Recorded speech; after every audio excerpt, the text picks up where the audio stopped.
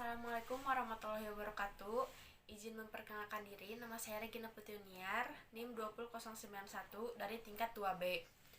Di sini saya akan mereview buku Nanda, Nick dan Nob. Baik, yang pertama kita pakai buku Nanda. Buku Nanda ini digunakan untuk diagnosa keperawatannya. Yang pertama kita buka daftar isi.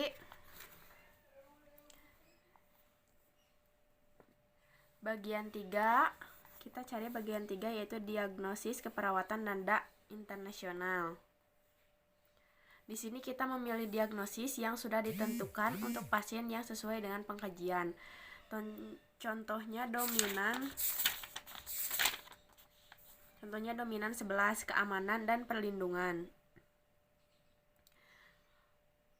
Kelas 2, cedera fisik.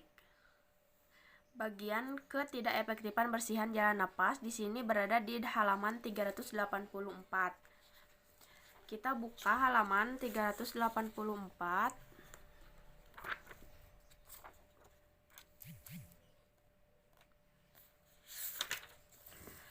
Di sini ada dominan 11, kelas 2, kode diagnosis 00031.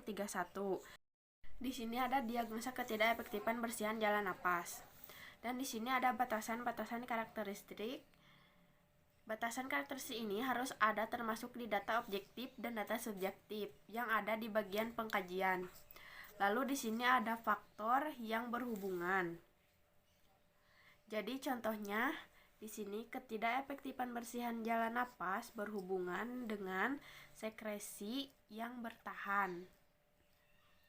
Setelah dilakukan diagnosisnya, kita bisa langsung ke NIC.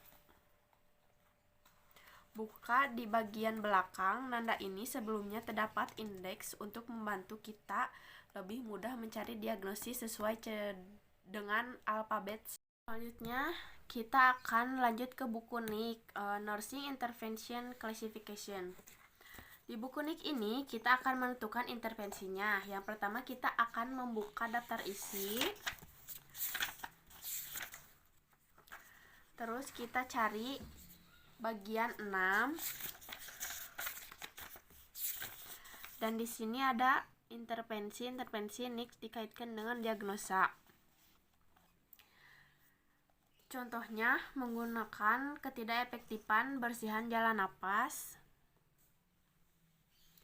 Berarti di sini kita cari ketidakefektifan jalan napas. Di sini ada bersihan jalan napas, ketidakefektifan halaman 500 dan kita buka halaman 500.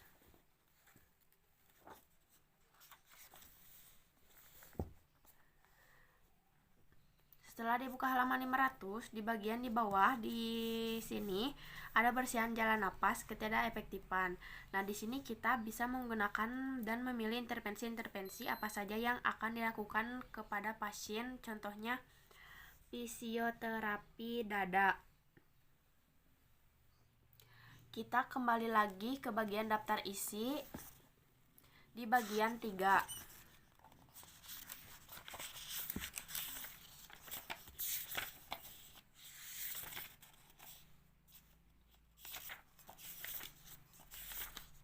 Di sini di bagian 3.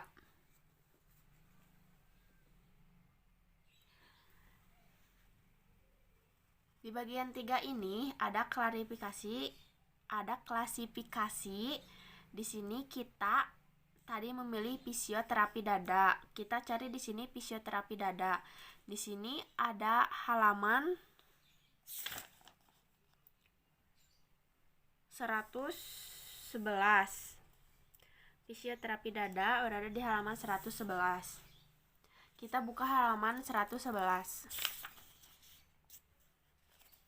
Di sini di bawah ini ada fisioterapi dada.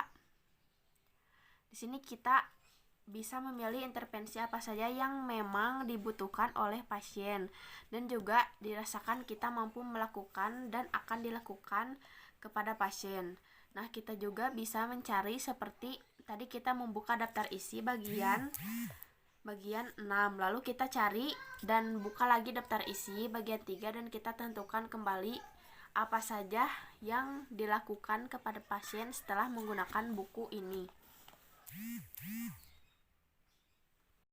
Selanjutnya kita akan menggunakan buku NOC, Nursing Outcomes Classification. Di buku ini kita akan menentukan luaran. Yang pertama kita buka daftar isi. Lalu kita cari bagian 4. Tadi di nanda yang kita mengambil ketidakefektifan jalan napas di sini ada di halaman 599. Lalu kita buka halaman 599.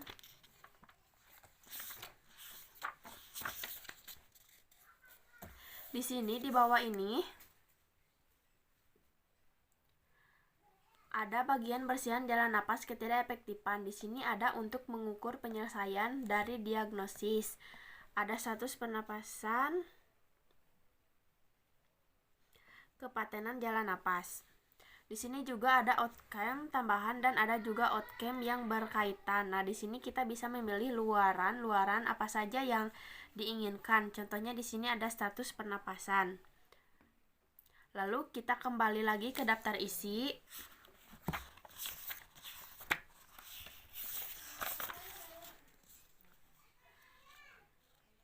Kita cari status pernapasan.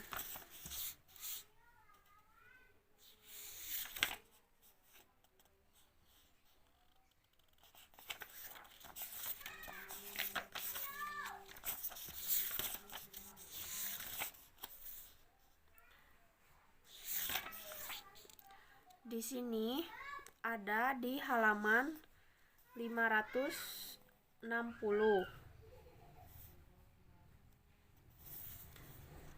Lalu kita buka halaman 560.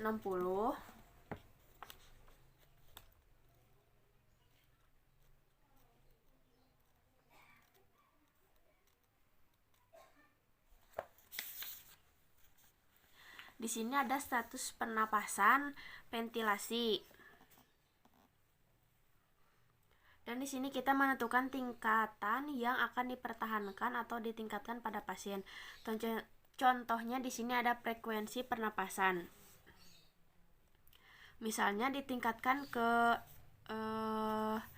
awalnya misalnya di 2.